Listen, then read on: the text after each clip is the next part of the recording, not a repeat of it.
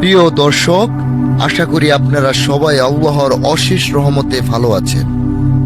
আজকের আলোচনার বিষয় কবরের প্রথম রাত এবং মুমিন ও কাফিরের ভিন্ন পরিণতি।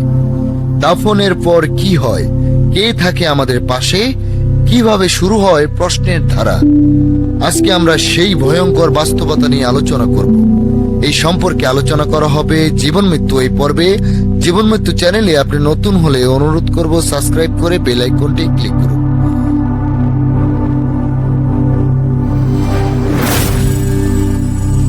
আসসালামু আলাইকুম ওয়া রাহমাতুল্লাহি ওয়া বারাকাতুহু। যখন মানুষ মারা যায় তখন সবাই তাকে দাফন করে ফিরে যায়, কিন্তু সেই মৃতদেহটি তখন একা পড়ে থাকে অন্ধকার কবরের মধ্যে। চারপাশ নীরব, বাতাস থেমে যায়, আর শুরু হয় আখিরাতের জীবনের প্রথম অধ্যায়। তখন ফেরেশতা মুনকার ও নাকির আসে কঠোর চেহারায়, ভয়ানক রূপে। তারা প্রশ্ন করে, তোমার প্রভুকে, তোমার ধর্ম কি, তোমার নবীকে?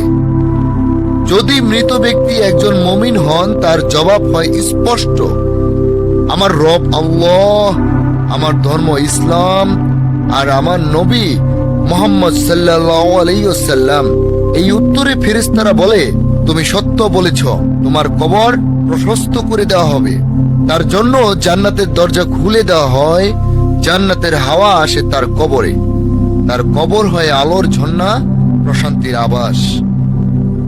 আসমানের দিক থেকে তার নেক আমল এসে দাঁড়ায় তার মাথার পাশে। ডান পাশে থাকে কুরআনের তেলাওয়াত, আর বাম পাশে থাকে রোজা।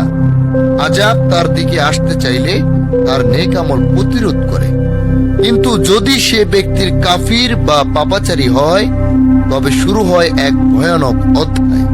ফেরেশতারা তাকে ভয়াবহ রূপে এসে প্রশ্ন করে, কিন্তু তার মুখে কোনো উত্তর থাকে না। সে কেবল বলতে থাকে, আমি জানি না, আমি শুনেছিলাম কিন্তু বিশ্বাস করিনি।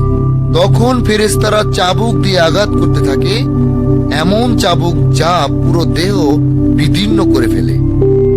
তার আত্মা শরীর থেকে ছিঁড়ে বের করে নেওয়া হয়, ঠিক যেন গরম লোহার কাটা ভিজা তুলা থেকে টেনে বের করা হচ্ছে।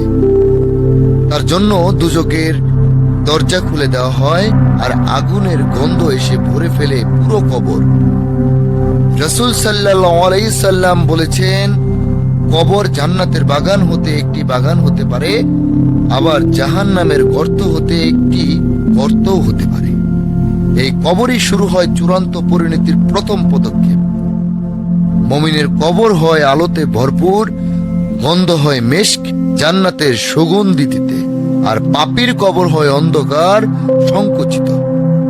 চাপ এতই বেশি যে হাড় গুরু গুরু হয়ে যায়। কেউ তখন আর সাহায্য করতে পারে না, না সন্তান, না ধন সম্পদ, না বন্ধু বান্ধব।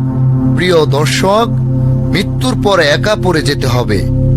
আজকে যে সময়টুকু আমরা পেয়েছি তা যেন না হারিয়ে যায় অবহেলায়। চলুন আল্লাহর দিকে ফিরে যাই, আমল করি, আর কবরের আযাব থেকে রক্ষা পাওয়ার ব্যবস্থা করি। আল্লাহ আমাদের সবাইকে মুমিনের মতো মৃত্যু দান করুন, আমিন। আল্লাহ তাআলা আমাদের সবাইকে বুঝার তৌফিক দান করুক, আমিন। আসসালামু আলাইকুম ওয়া রাহমাতুল্লাহি ওয়া বারাকাতুহু।